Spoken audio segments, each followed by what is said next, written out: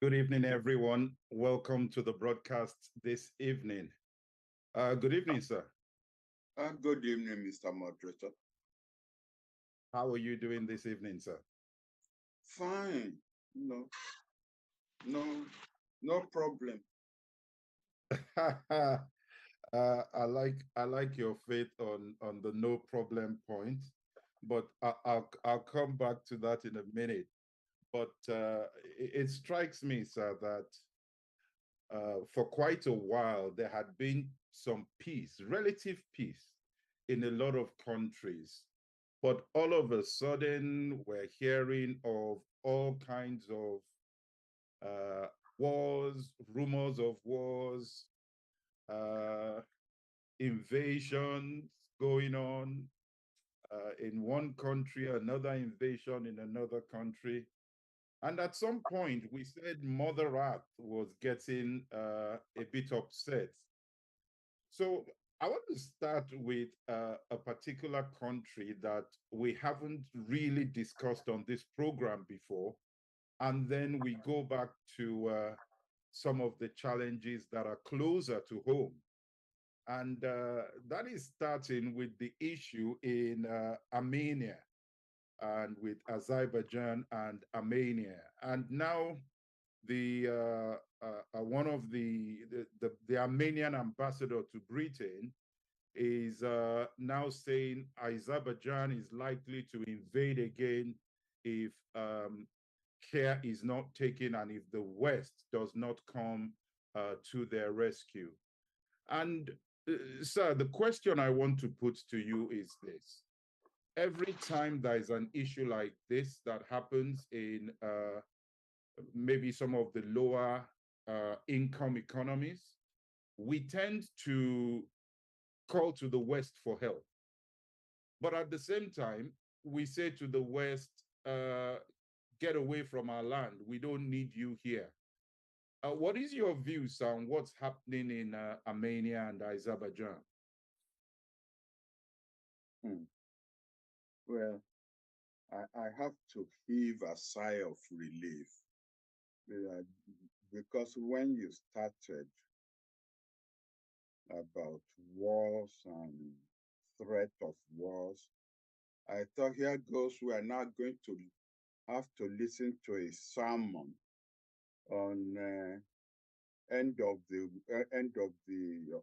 earth syndrome. I'm glad you diverted everything into a question.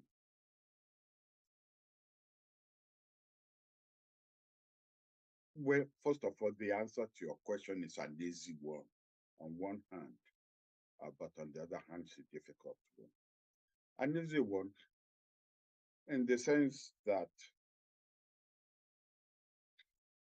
well, I'm not sure whether I would say the West created the problem. Let me say the world created the problem. How can you recognize as an independent autonomous nation a parcel of land completely embedded in the middle of another country?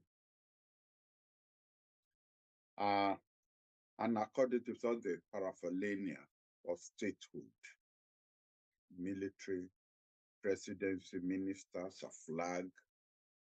I mean, in a way, I feel bad talking about this area because it was an area I visited not as a minister, but as a director general of NI. I had led a team of Nigerian foreign policy elite, as I used to refer to them, intellectuals in the field, thinkers, journalists uh, at the at the editor's level in the field. I had led that delegation on a trip to the Soviet Union to be engaged in a tete-a-tete with our counterparts on the other side. And one of the things that the Soviet Union at that time always liked to do with foreign delegations is after the official aspect of the visit was over, to now lay on for you a trip around the Soviet Union. I supposed to impress you with how vast they are, let you know that they are not really a country, they are a continent. Since the United States used to boast that it was a continent. And so we went to Azerbaijan. I remember Baku very well. Maybe, I don't know if any of our former ambassadors on this platform had a posting in Moscow at the time, where it was the Soviet Union. They had lovely caviar, lovely champagne. Actually, I have fond memories of Azerbaijan, of the Armenian part, because Armenia also was actually part of the Soviet Union. So it really then didn't matter. In fact, the Soviet Union was a nation of nationalities.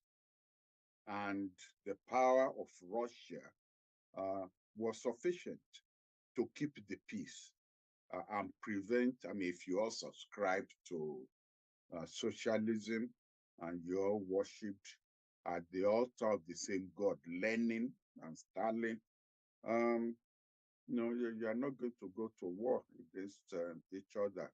The Soviet Union knew how to deal with such matters. And in any case, on the Politburo of the Communist Party, you found, different faces and different cultures, being represented. So, I mean, these were areas and these were peoples that, I have very fond memories of visiting. And this one of the unfortunate consequences of the policies of the Communist Party to prevent nationalism. They made sure they transferred peoples from their ancient homes all different parts of Russia, and also, of all different parts of the Soviet Union, and also transferred Russians to different parts of the Soviet Union. So, for example, the original inhabitants of Crimea, the Tatars, were uprooted and transferred to Siberia, partly as a punishment because they were a difficult people. But the Armenians also, instead of their being put together as one people in the territory of Armenia, they also were split.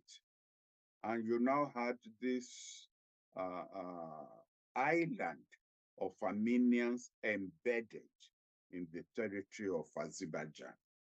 And as I said, it didn't matter when the Soviet Union was won. But after it broke up, then it became a problem. And I thought at that time, the Soviet Union itself, although, anyway, let me complete my sentence. The Politburo at that time should have sat down and do a regrouping, correct some of the mistakes they've done in transferring people all over the place. But then, really, the dissolution of the Soviet Union was not done according to any rational plan. I think it caught everybody by surprise. And, people just went their different ways. The oligarchs were too busy seizing the Commonwealth of the Soviet Union rather than to try and sit down, pay any attention to a rational redrawing of the maps. And so you found this colony of Armenians embedded within the territory of the Azerbaijanis. What even made the matters worse was that they were Orthodox Christians. The Armenians were Orthodox Christians, while the Azerbaijanis were Muslims. So you got that conflicting religious animosity. As I said, in the days of the Soviet Union, religion didn't matter. I mean, they abolished all religions anyway. But as people then became independent, the people started asserting their original culture, of which religion was one of them. So how in the world anybody could have thought that a colony of Armenians embedded within the territory of an independent Azerbaijan will be a viable project beats me hollow. And I'm glad you raised this issue because it allows us in the global south, whether we are dealing with the problem in Sri Lanka, or we are dealing with the problems between Bangladesh on one hand and where is this place that had a coup overthrowing the Nobel Prize winner, Burma? With Burma, whether we are dealing with the different groups in Ethiopia, we should learn a lesson. We should keep an eye on this, that number one, things are not unique to Africa. And therefore, when we are thinking of,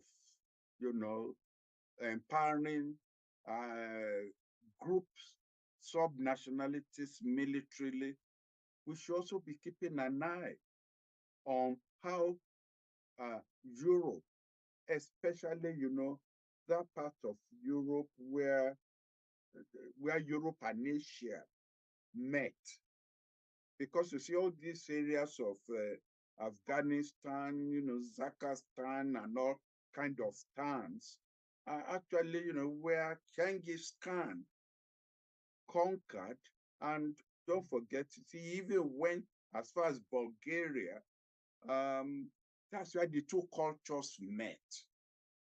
And they are bound to have problems of integration, problems of, living side by side, whether it is cultural problems, whether it's boundary problems, they are bound to have those problems.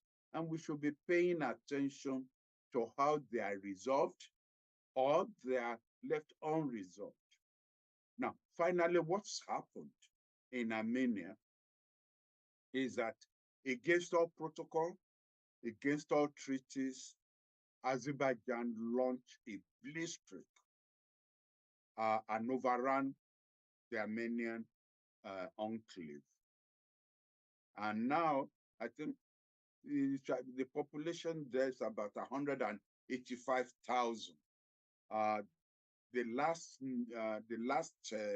news we have is about half of them had now uprooted themselves, rather than what they refer to as being slaves, in spite of the promises made to them by the Azerbaijanis authorities. that they are safe, they'll be given equal treatment, blah, blah, blah. Half of them have decided to uproot themselves and move into the territory of Armenia, their kith and kin, where they feel they will be safe. So, and that I mean so far, they are still moving. So now, is that, let us, we use all these classic words, but think of the the sorrow in the heart of people moving from their ancestral homes. Because they are their ancestral homes, they've been there for decades. Now they have to be uprooted. Children, wives, grandfathers have to be uprooted to go and start a new life in another territory, even though, as I said, it will be the territory of their kith and kin.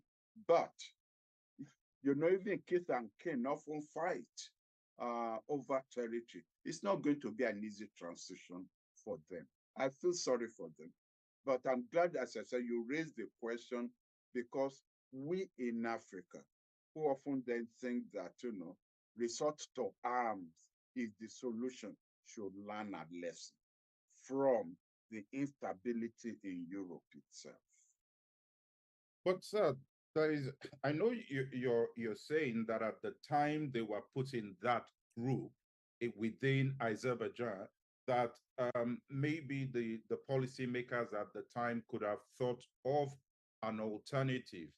But what struck me as you were speaking, sir, is where then do we put arrangements like Gibraltar, arrangements like the Falklands? And even if you come down to Africa, we've got other groups that are trying to create their own entities in the midst of a country. What steps should those sort of groups, and I think particularly the UK, when you talk about Falklands and you talk about Gibraltar, it's a land that's far away from where you are, but you are still claiming it as your territory. At what point should they now start to think about handing those things back to the countries where they belong? And I know it's not as easy, but what's your thoughts, sir? Well, my thoughts are exactly like yours. Don't wait. I mean, you fought one war on Falklands. And if you think that that's the end of the matter, you're going to be wrong. Argentina is going to wait for a time when Britain is either, is concentrating its attention because it's under threat from somewhere else and therefore cannot afford to pay much attention to Falklands. Argentina would seize that opportunity. It continues to raise the issue. And don't forget that, was it last month when the EU Parliament made reference to, I think it used the name that Argentina calls Falkland in one document, and Britain protested, and the EU ignored British protest.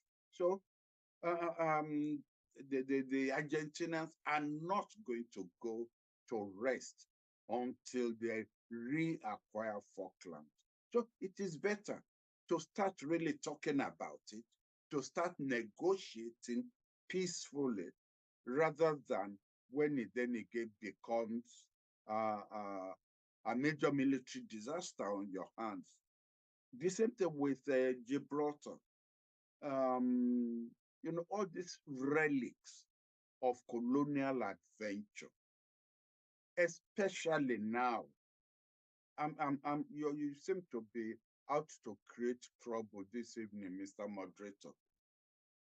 Now that you've raised British issues, listen to the speech of your Home Secretary an immigrant herself, now calling for scrapping of the International Convention on Refugees to prevent them.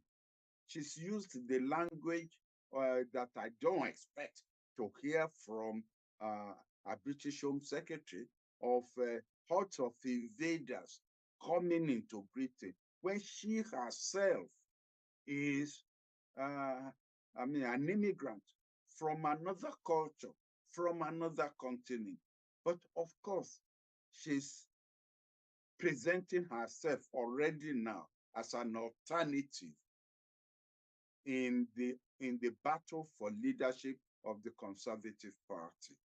But you see, there's a danger in that when a leader panders to right-wing sentiments in order to ascend to leadership.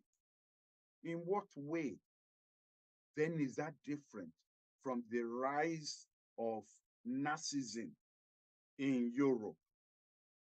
Just this week, the news came out that the German police had again busted another group of Nazis who were spreading real Nazi literature from the 1930s among school children, indoctrinating them about the purity of the Aryan blood and about when they're growing up and looking for life partners, they should be looking how to look and detect pure Aryan blood. In what way is what the British Home Secretary's attitudinal disposition different from that of the Nazis? So I am really worried for the world. I am worried for the world because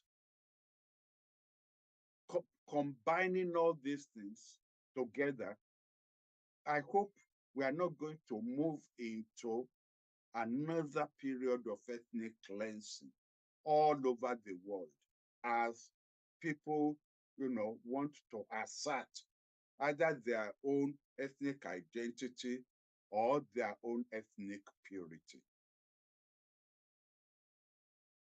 Thank you, sir. Let me bring the question closer home because in Nigeria, we have a situation that's brewing. I do remember many years ago when I was there, there will be sessions of strikes called by the Labour Congress at the time, and universities will go on strike, and petrol trailers drivers will go on strike and will be queuing many hours and hours trying to get fuel. But it seems that the honeymoon for the new administration has now ended because the labor organization in Nigeria is now calling for a total strike from next week, I think it is, October 3rd or so. What would you be saying if you could talk to these groups of people, sir? Well, on this program, we try to avoid, because we are talking to a global audience. I don't know if we still do. There was a time we had among people on this platform, people from the West Indies, people from India. I don't know whether we still do or not. But the issue you raise is pertinent.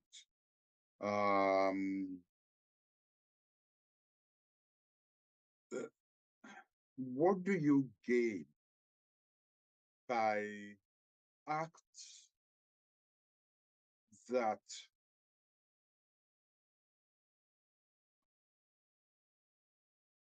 seek to delegitimize a government so soon, barely just 100 days old? Do you expect that within that 100 days, they will have solved all the problems of the 8 years of locust. I concede that it is the same party. Nevertheless, they are different personnel now in charge. Yes, I concede, I confess, as a university lecturer, I also went on strike along with my colleagues. But that was 8 years into the rule of General Gawan, not 100 days. I thought that to build democracy, you will cut government some slack in judging them and in reacting to them, and that a strike is a heavy weapon. It's a heavy weapon, and a total strike, for that matter. And what total strike means is there'll be no petrol, because Pegasus is one of them. The petrol tankers drivers, one of them. Banks, there will be no banking operations. I don't know whether airports will be open. Isn't it that too early? Let me also concede that this administration has been, and I'm sorry if I'm going to use some rather strong language, because if the heavens are going to fall, it's going to fall on the heads of all of us. And some of us are now a bit too old to share our own portion of the heavens coming down. It may actually break our necks. This government has been rather insensitive, especially the National Assembly, in its behavior. The politicians, all of them, it's not just APC. Have you listened to debate in the National Assembly? Can you detect that there are PDP members in the National Assembly, that there are Labour members in the National Assembly, and that their contribution, their interrogation on issues are different from that of APC? They've been bribed by being made chairmen of committees. And in fact, we run a unique form of party systems in Nigeria, where the National Assembly, not just this 10th Assembly, but all the assemblies, apart from maybe the first two assemblies, make sure that they give opposition members chairmen of committees. So in a way, the National Assembly runs a national government, while the executive runs its own party system. If instead of voting themselves these humongous allowances, if they have, as a matter of good optics, voted openly to cut the allowances, say, okay, for the next, until we get over this,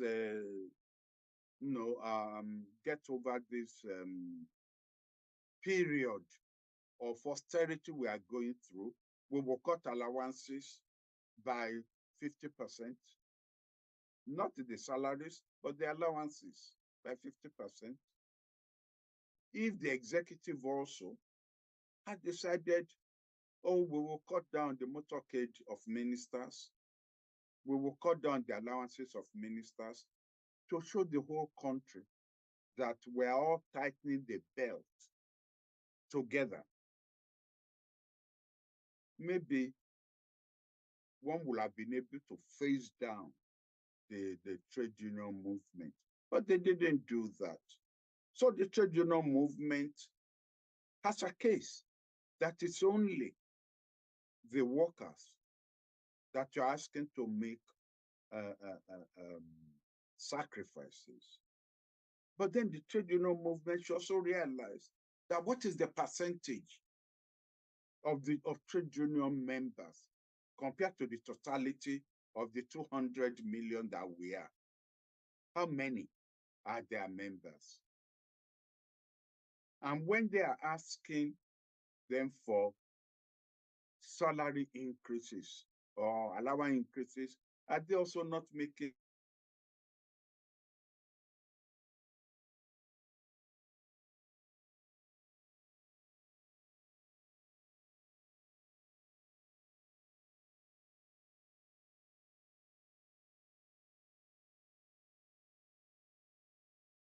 how much of that is going to be lost then on increase in rent, increase in transportation, increase in food, or the other sectors are going to take their own cuts. And at the end of the day, how much is really then going to be left? Have trade union leaders thought of that?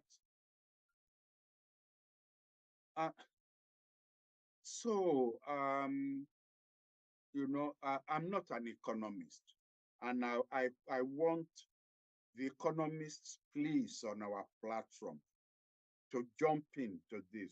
I think I'm speaking as an elementary, as the ordinary man on the street, and an ordinary poor man for that matter.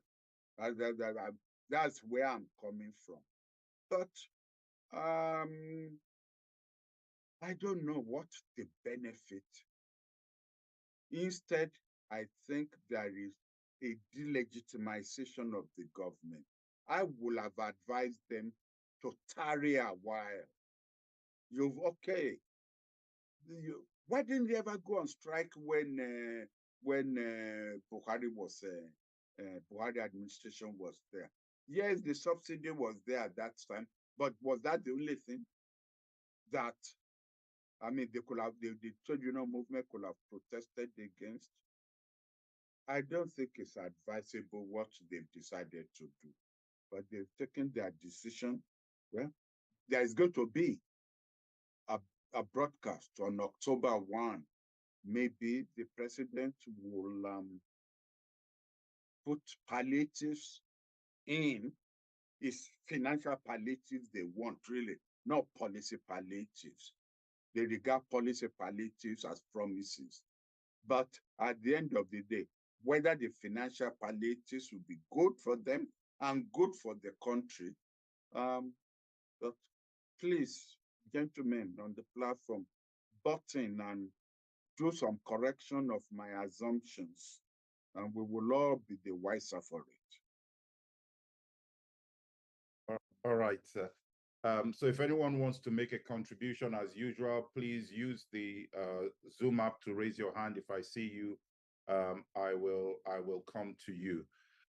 While we wait for that, there was a key question, sir, that was raised by Ambassador Igali last week.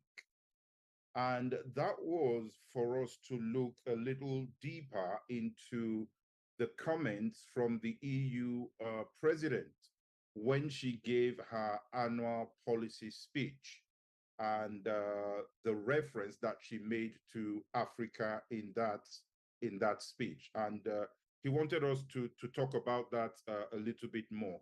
And just to give some background to what the European Commission President, Ursula von der Leyen, said in her statement. She said, "We need to show the same unity of purpose towards Africa as we have shown for Ukraine. We need to focus on cooperation with legitimate governments and regional organizations." So I got a copy of that report. Africa was mentioned 4 times in it. 3 of those times, I think, are critical that one could discuss here.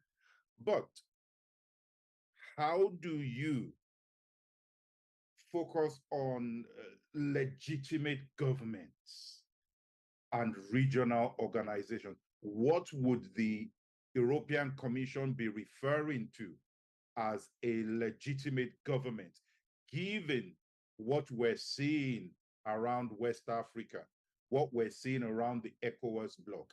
How would they be defining a legitimate government? And maybe we start with that. I don't know if Ambassador Igali is on here to also help with the narrative. But as usual, please raise your hand. Once I see hands raised, I will call you on. But sir, maybe I start with that. How do you identify and define what a legitimate government is? The president of the European Commission was using coded words and loaded words for that matter. You've got to position suggestions in interrogating that within the context of the developments which you have used in your intro. Legitimate governments are governments that have come into power through democratic means. Illegitimate governments are those that have come in through illegitimate means, through coup d'etats. And she was asking for unified European Union policies on the matter that are in tandem with the policies of ECOWAS, or in the case of Gabon, policies of Central Africa. What, of course, she didn't say is how about civilian governments that are in power as a result of coup d'etat against their constitutions? She didn't say anything about that. So she really didn't address the critical issue.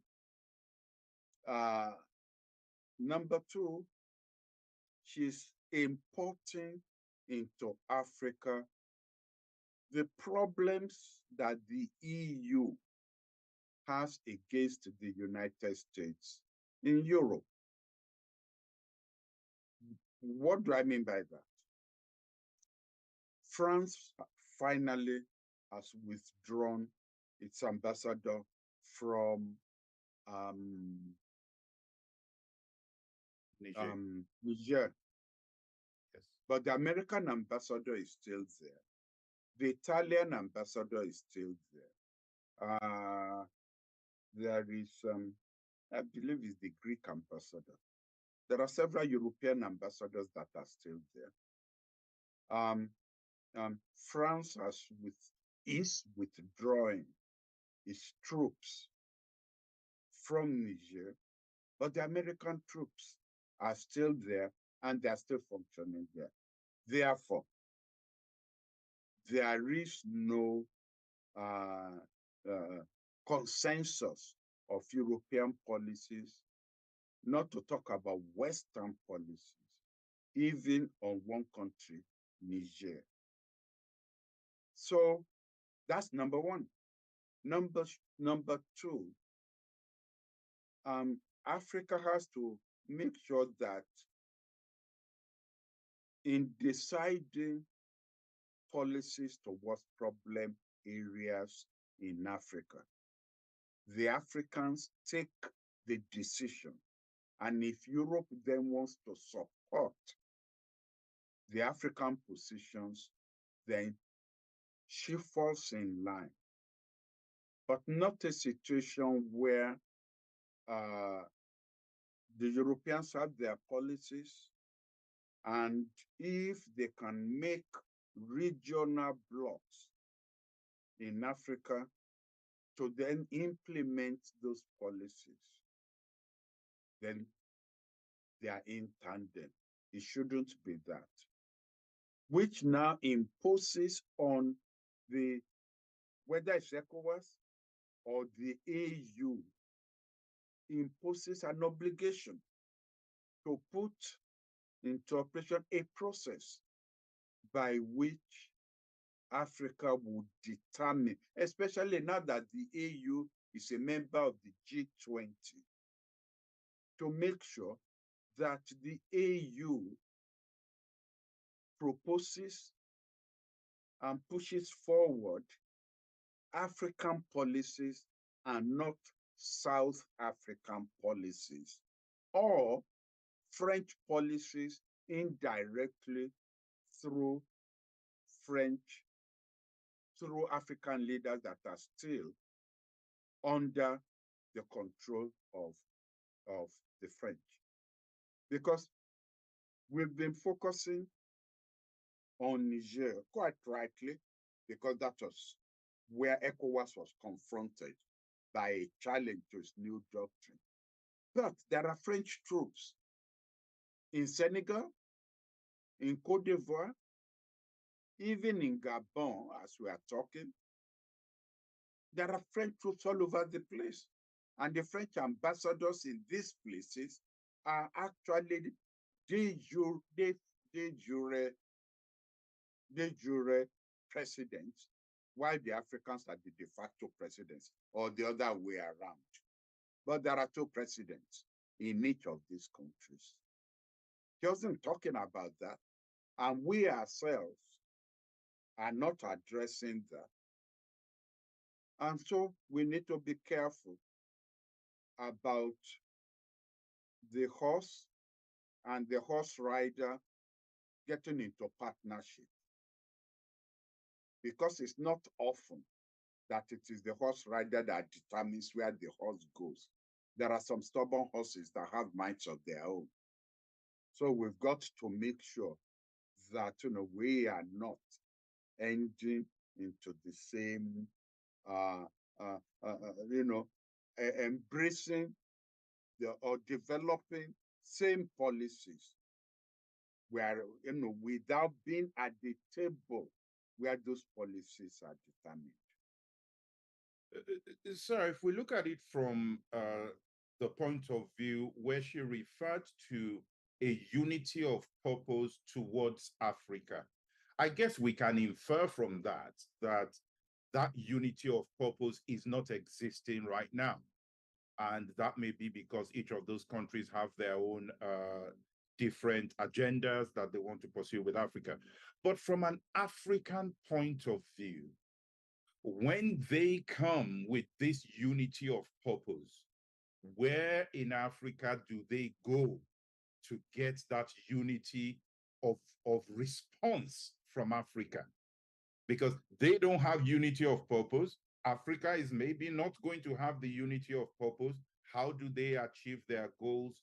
How do we benefit if they achieve that unity? How does Africa benefit from that? Well, that's why I talked about the AU, the African Union, through its different agencies, developing African points of view. As we always do, it may have to start at the regional level. ECOWAS, okay, identifying these challenges to democracy, coming up with specific policies, not just broad general declarations. And we then seek to get the African Union to adopt that, either in a modified form or in totality, as which means other regional organizations in Africa will have to also address the same issue. Now, they are trying to do that in the economic field. That's how they've ended up with the African Free Trade area. It's in the political field where we're having issues and problems. Only last week, Kigali, the president in Kigali, announced that he was going to run for a fourth term. He came in when he was, I don't know, is it 26 or 36? And he's going to his 70s soon. But he says he's going to run again.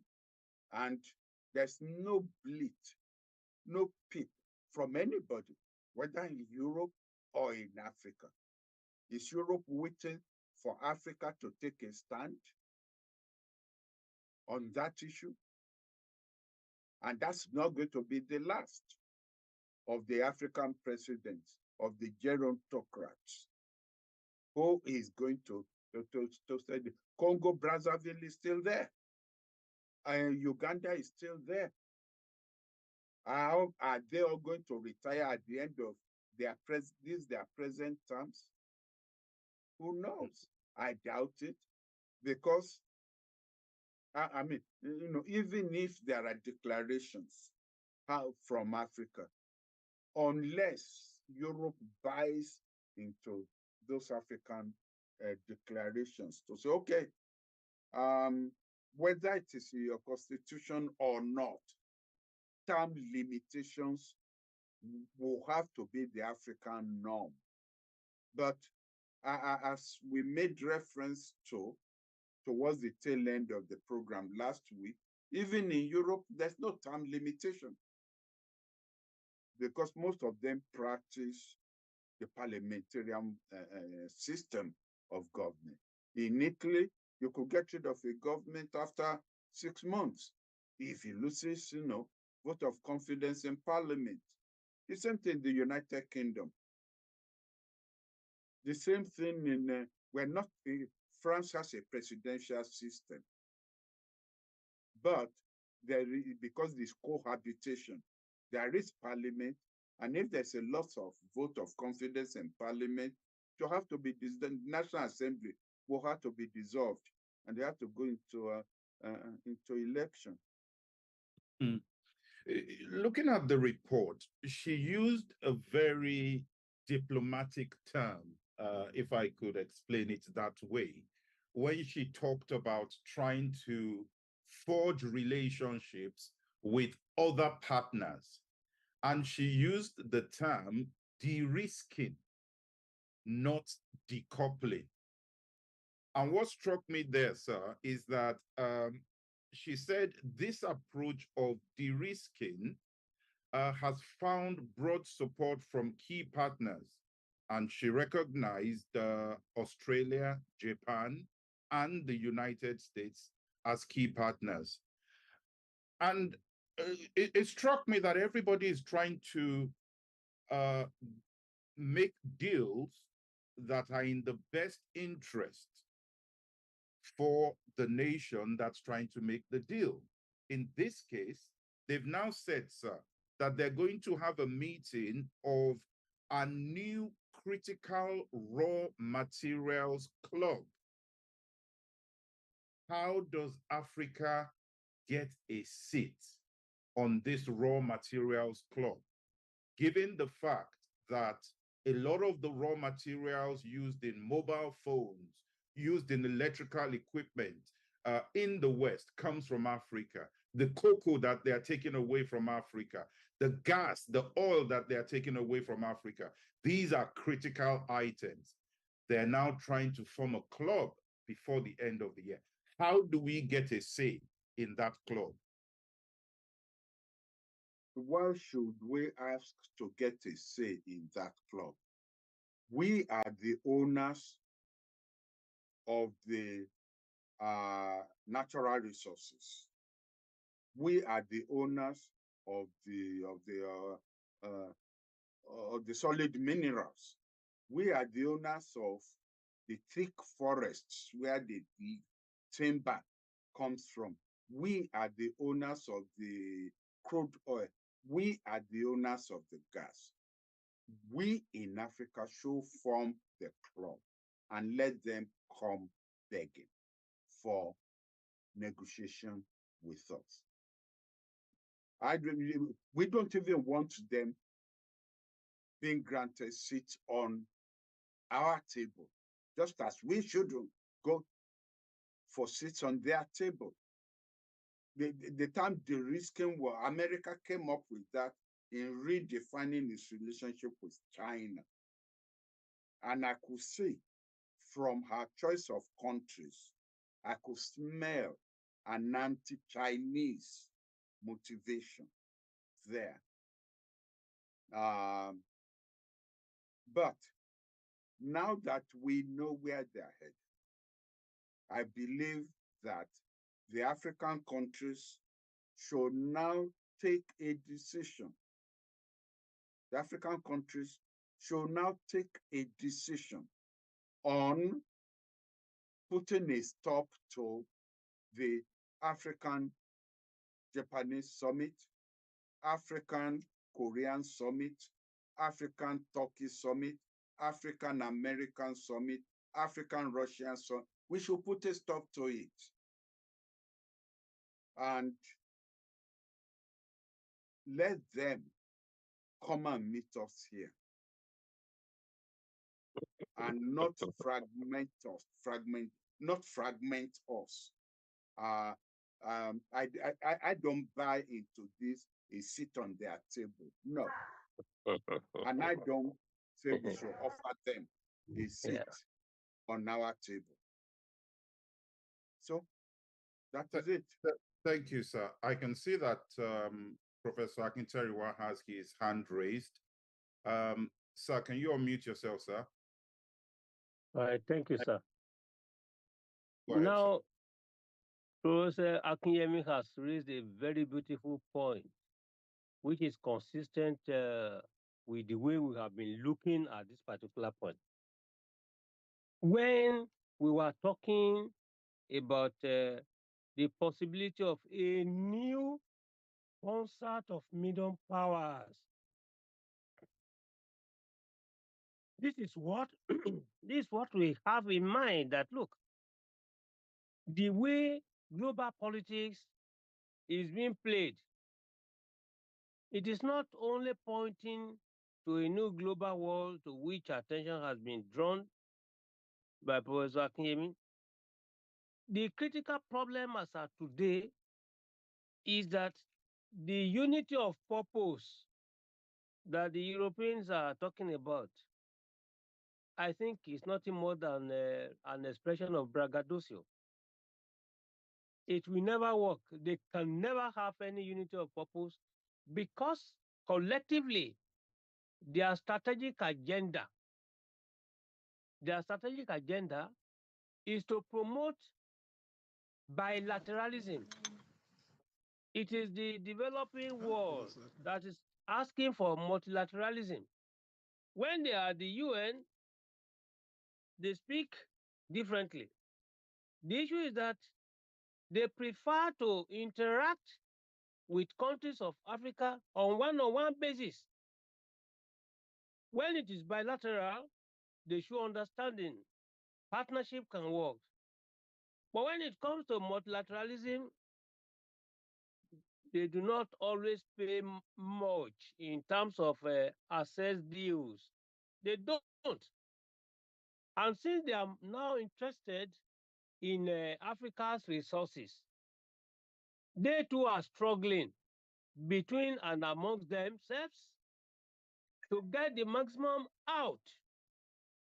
So in this case, as I've once had the opportunity of stating on this platform or elsewhere, that France has always been the representative of the whole NATO, all the NATO countries.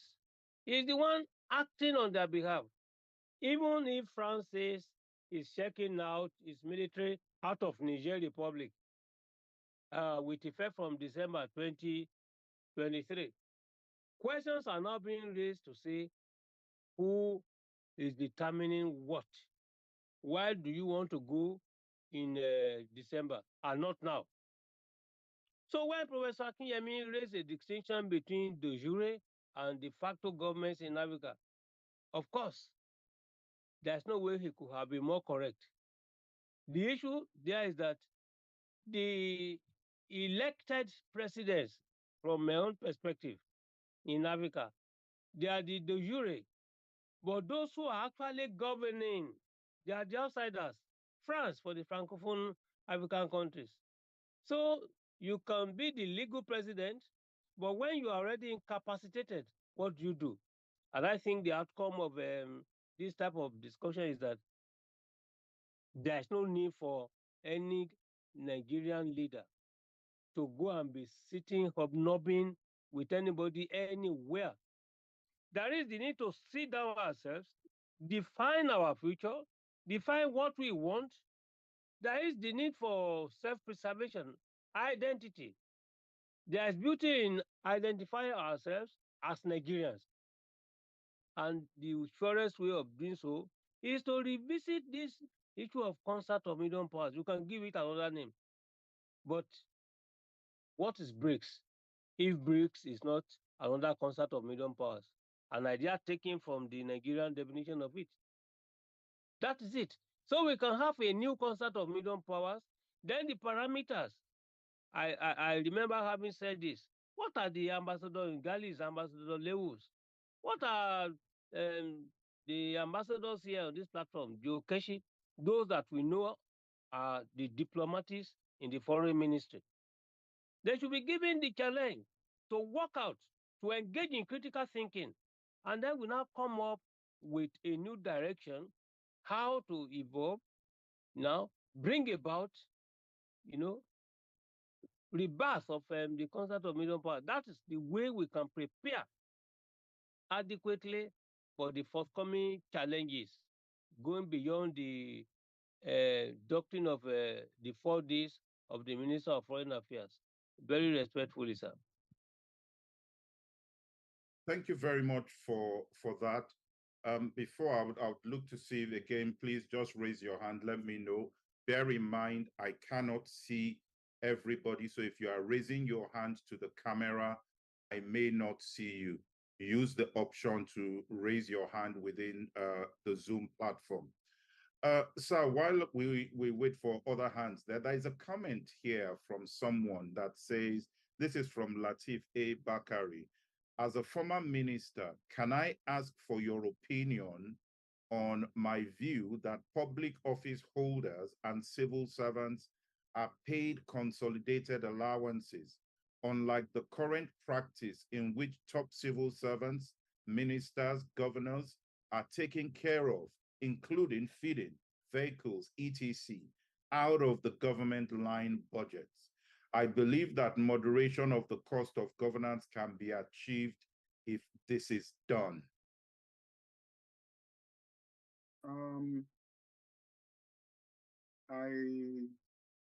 It's Ambassador Gali or Joe Keshi, who are all retired permanent secretaries. So perhaps you address that question, because I don't really understand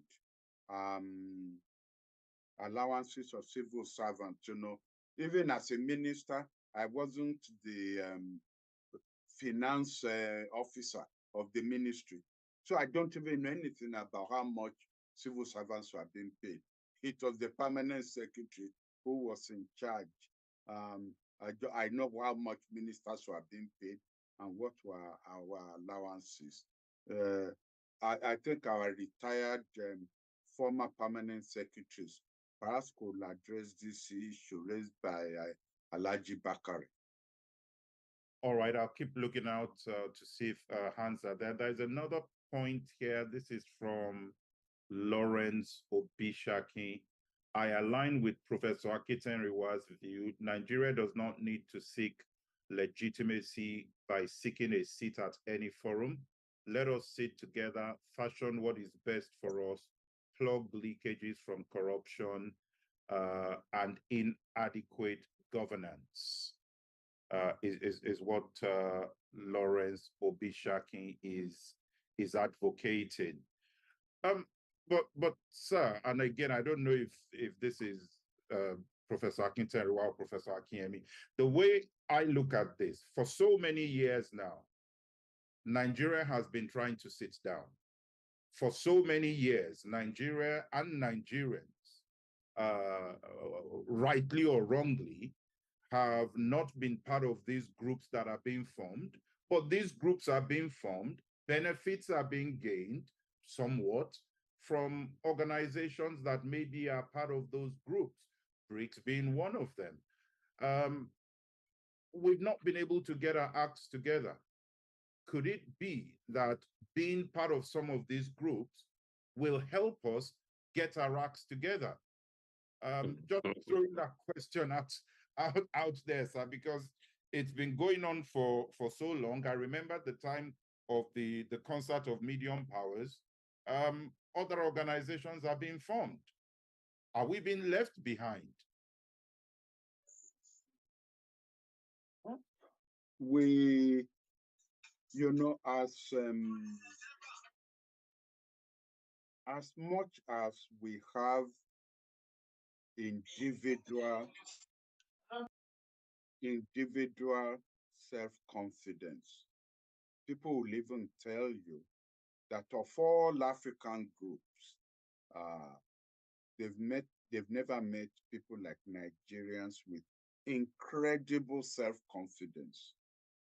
When it comes to asserting it on the group level, it's like we're afraid to be originators. We feel more confident being joiners.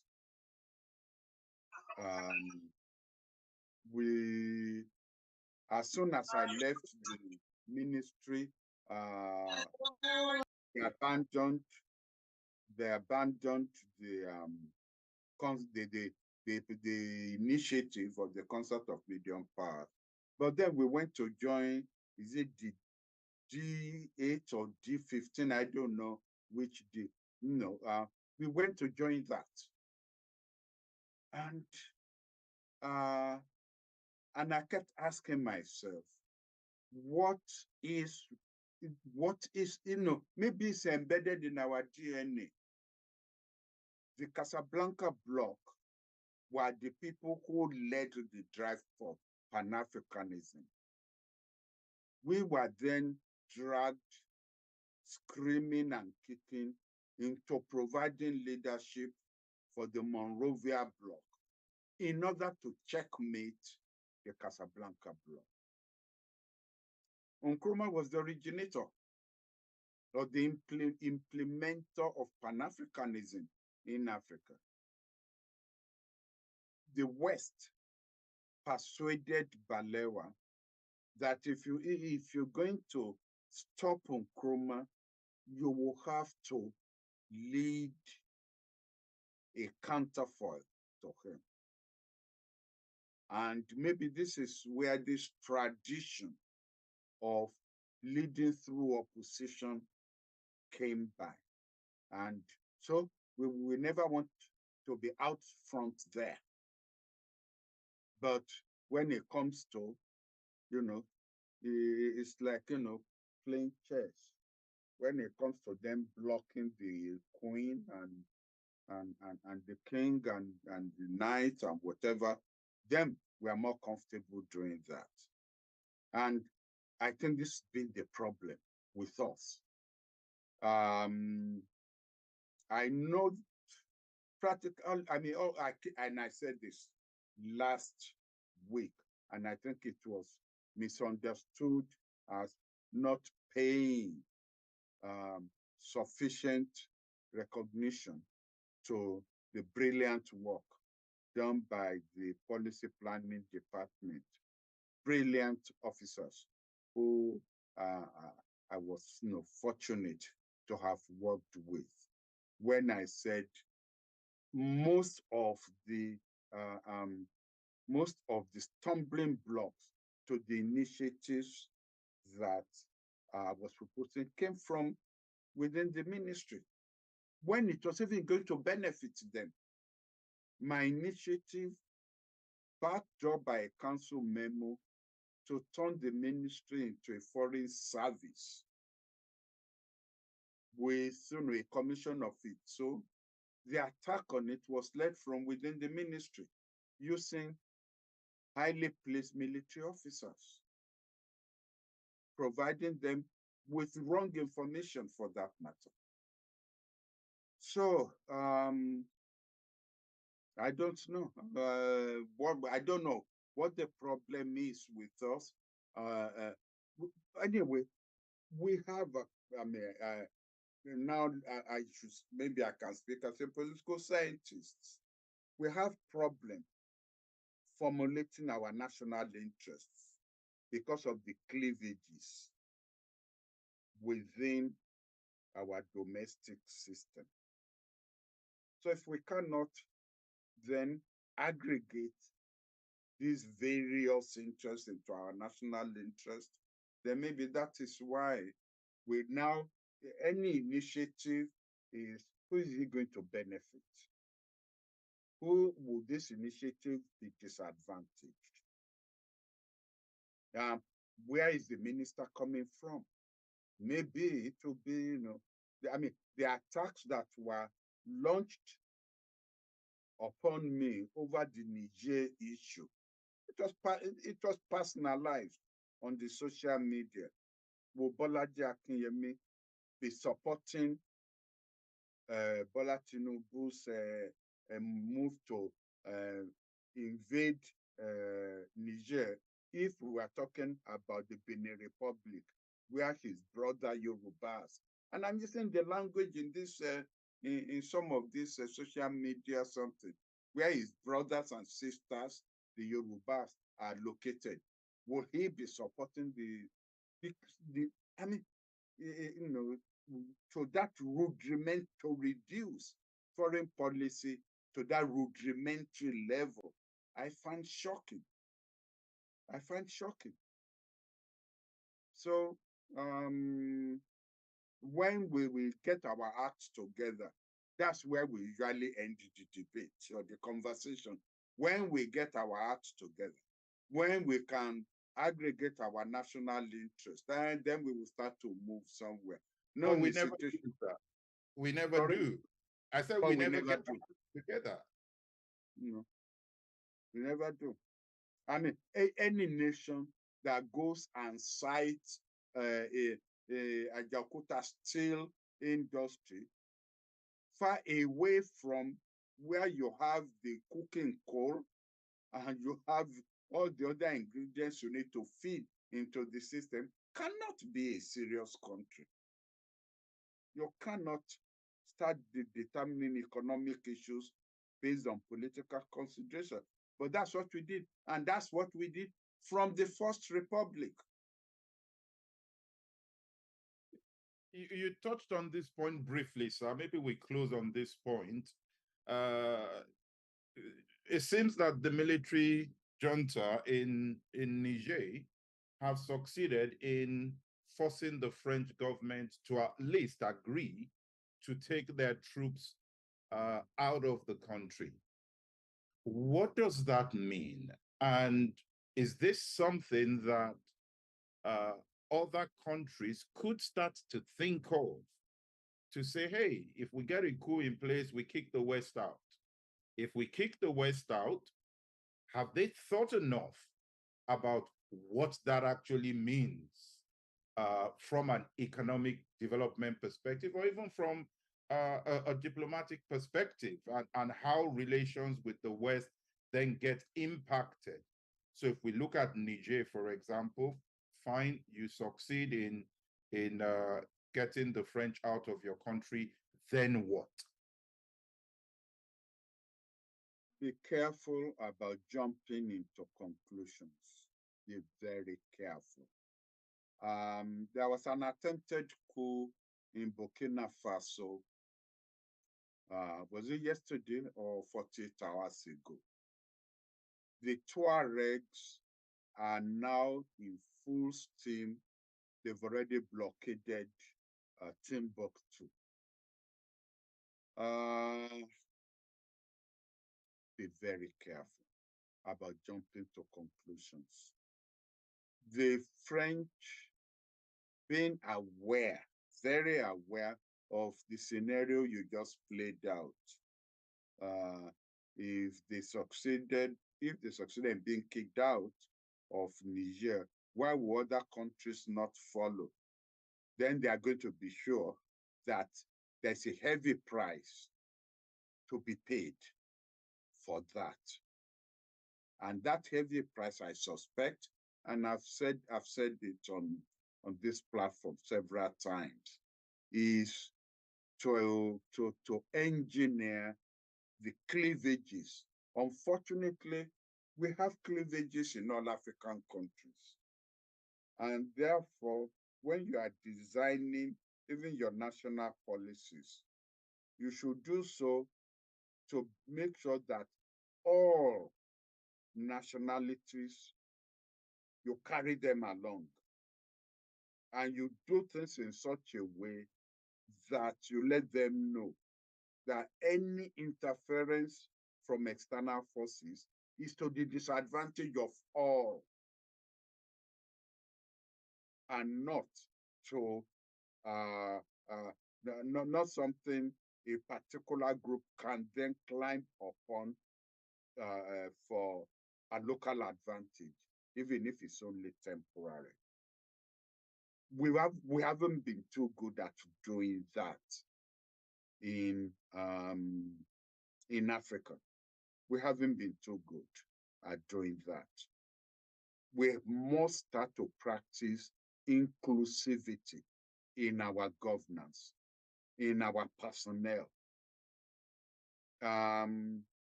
We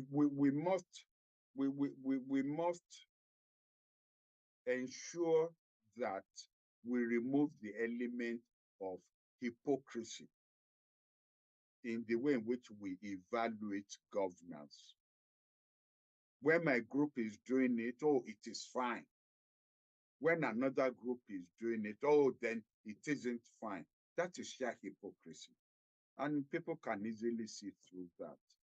We have got to start planning inclusive governance, both in terms of policy and in terms of personnel. So in these areas, as you've talked about, since they know the cleavages in their country, they've got to have what the Zulus will call an indaba, a round table where the Tuaregs, the Dogans, the Fulanis, the Hausas, and all the other groups are brought together. I